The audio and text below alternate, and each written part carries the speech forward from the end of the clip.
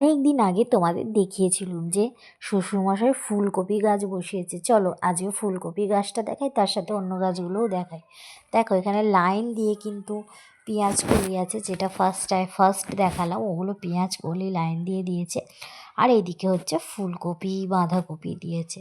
কতটা জায়গা জুড়ে ফুলকপি বাঁধাকপি দিয়েছে তোমরা দেখতেই পাচ্ছ। চলো আমি এর ভেতরে এখন ঢুকতে হবে। তোমাদের যদি ফুলকপিগুলো দেখাতে হয় তাহলে ঢুকতে হবে, সেই জন্য কিন্তু আমি ভেতরে ঢুকে পড়লাম। আর এটা কিন্তু ঘেরা মতন রয়েছে, তার ভেতর চাষবাস করে শ্বশুরমশাই। কারণ মানে কুকুর বেড়াল ছাগল, যেহেতু আমাদের গ্রাম সাইডে বাড়ি। দেখো কি সুন্দর সুন্দর ফুলকপি হয়েছে। ফুলকপিগুলো কিন্তু এর থেকে একটুখানি বড় হবে, বেশি বড় হবে না। কারণ এটা সেই ফুলকপি নয়, ছোটো ছোটোই হয় আর কি। দেখো এই ফুলকপিটা দেখো কতটা বড় হয়ে আছে, সেটাই তোমাদের সাথে শেয়ার করছিলাম। তো চলো ওই দিকটা যাই। আমি কিন্তু পুরো ফুলকপি আর বাঁধাকপির মাঝখানে রয়েছি, বাগানের ভিতরে।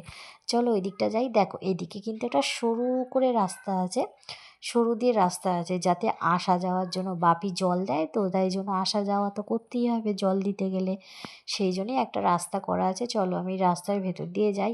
আর তোমাদের বাঁধাকপিটা দেখাই, ফুলকপি তো অনেক হয়েছে, বাঁধাকপিটা দেখাই। দেখো বাঁধাকপি কিন্তু বেশি দিয়েছে, কিন্তু বাঁধাকপি হতে টাইম লাগে, বাঁধাকপি এখনও হয়নি।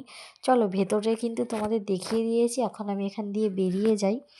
এখানে ঢোকাটা খুব একটা পছন্দ করে না শ্বশুরমশাই। স্বাভাবিক, চাষবাসের জিনিসে পা পড়লে না চাষবাস হতে চায় না। দেখো ফুলটা কত সুন্দর হয়েছে। আর এদিকে কিন্তু টমেটো গাছের লাইন দিয়েছে। আর এদিকেও কিছু বাঁধাকপি গাছ দিয়েছিল, এই দেখো বাঁধাকপি গাছ দিয়েছে। আর এদিকে টমেটো আর বেগুনের গাছ আছে। টমেটো কিন্তু ফলে গেছে, পরের ভিডিওতে দেখাবো।